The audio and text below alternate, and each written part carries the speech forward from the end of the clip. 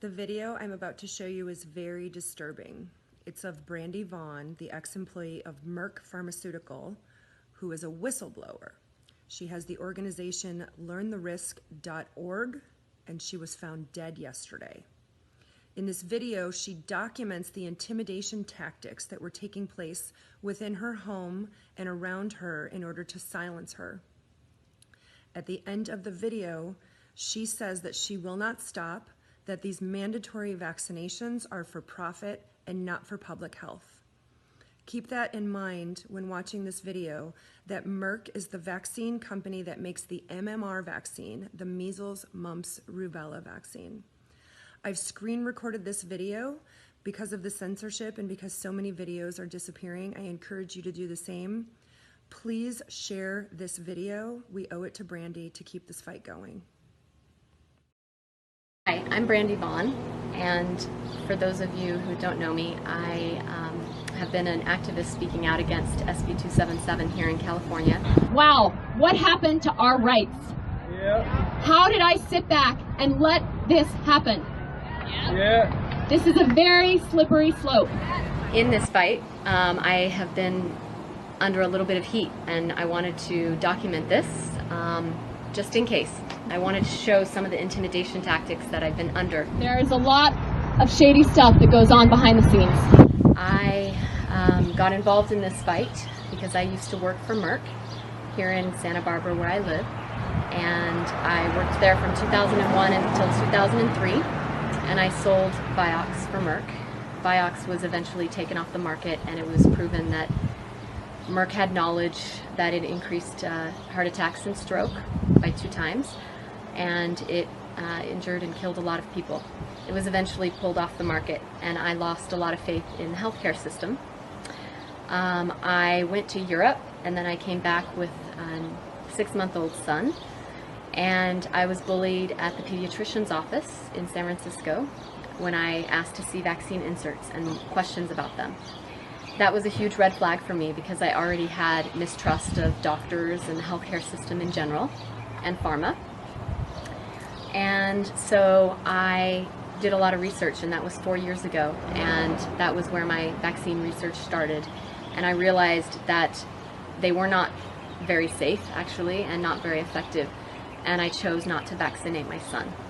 So when I heard about SB 277 in California, I decided that it was important that my voice was heard and that I was speaking up against it and part of the fight.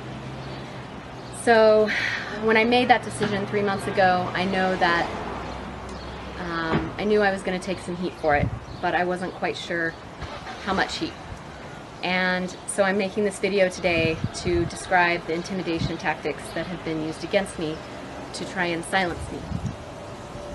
The first one happened when I was coming back from the Capitol, a rally in Sacramento against SB 277. We're not going away! We're not going away! We're not going away! We're not going away! And I came home with a friend to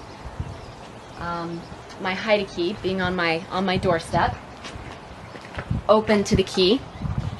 And the story behind this was a year ago when I bought my house, I hid that deep in the bushes, and 6 months ago I had looked for it because I thought, well, it's probably not a good idea to have a key to my house right outside my door. I couldn't find it, but when I came back from Sacramento, that one time, it was about 2 months ago, that the key was on my doorstep, open to the key. That day I had my locks changed, and I called an alarm service, and I installed a $3,000 alarm system 2 days later. So what happened apparently is someone opened the door, the front door, went through the front door, picked the lock, and my alarm went off, and they immediately disarmed it with the master code, which nobody had but me. I made sure nobody else had that code, and they disarmed it at the panel with that code, panels inside.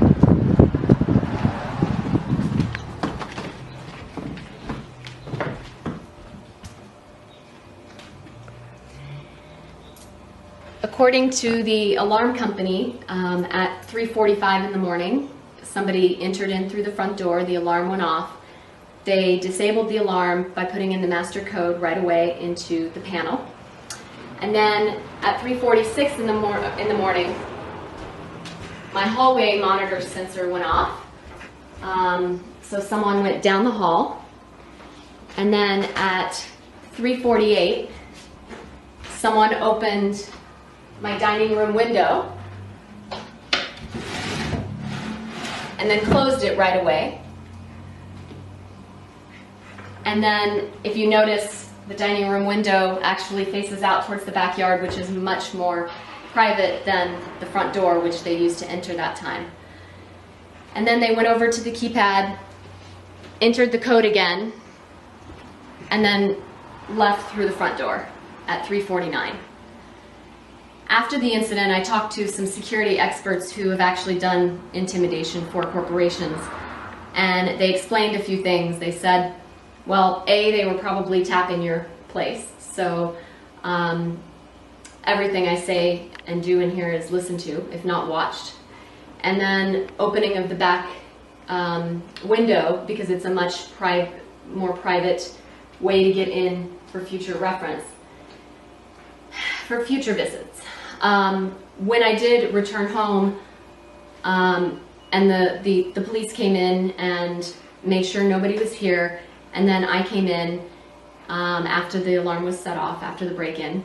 And what I did notice was they had left this window unlocked, like this.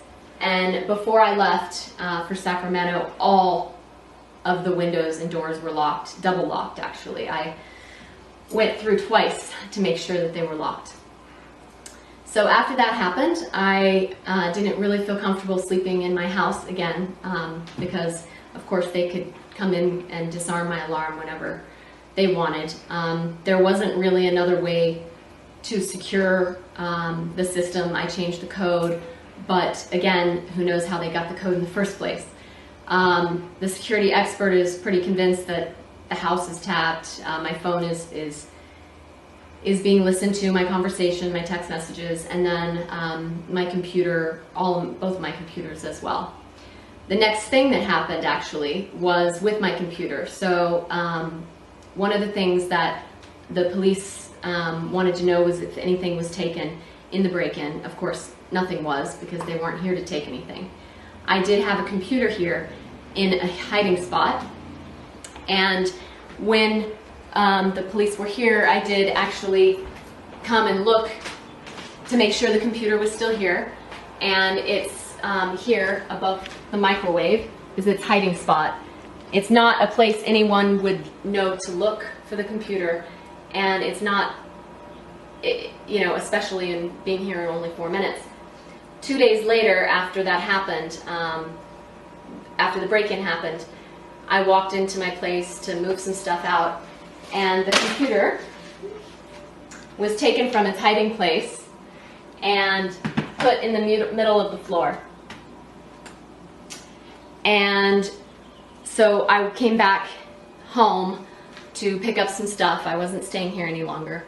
And that message was there, which was obviously very scary, because clearly somebody had been listening in, if not watching, as to where the computer was. So after that, I decided that it would be best to get out of town, and I left town for a couple of weeks and really went off the grid for a good part of that. So after the computer incident and leaving town for 2 weeks, the day that I came back, I had a friend come with me, and him and I arrived at my place and found a ladder open right in front of my door, looking into the windows, the bedroom window. Now, this is my ladder, but this ladder lives in the garage. So it was clear that somebody had accessed the garage, brought out the ladder through the side of my house, opened it, looking right up into the window, and this happens to be the only window that I had blinds open. So that was quite a message. The security experts said, wow, what a better message than to say we're watching you. And this actually happened the day that I came back into town, so they clearly knew that, well, it happened the night before. They clearly knew when I was coming back. The neighbor who was feeding my dogs came over after half an hour after we found the ladder, and she asked, so what's with the ladder? And I said, I don't know. I mean, I didn't put it there. And she said, well, it wasn't there yesterday. So it means that it happened the night before I came back into town after 2 weeks. So clearly they are watching. The next incident was just 2 days later, and that's in the garage. This Buddha was on the floor. Normally the Buddha is pretty heavy. It was on here on top of the dog cage, holding the towel to cover it up at night for the dogs. So it was taken off of here, and there's really no way it could have fallen because, I mean, it's actually really heavy, and if it had fallen, it would have fallen, you know, some different way. But I walked in and I found it right there on the ground. The pictures were also knocked over. So then 2 days later, I noticed it first through the kitchen window, and it's not something I have ever seen before, but there is a duck.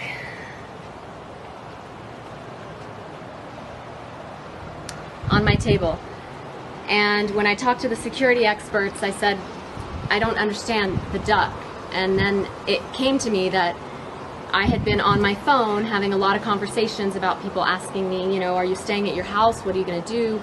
And I used the term repeatedly, well, I'm not staying at my house. I feel like a sitting duck because they can get in at any time. And, you know, I'm a sitting duck. And so that was actually quite disturbing to come home to. Now I have a duck.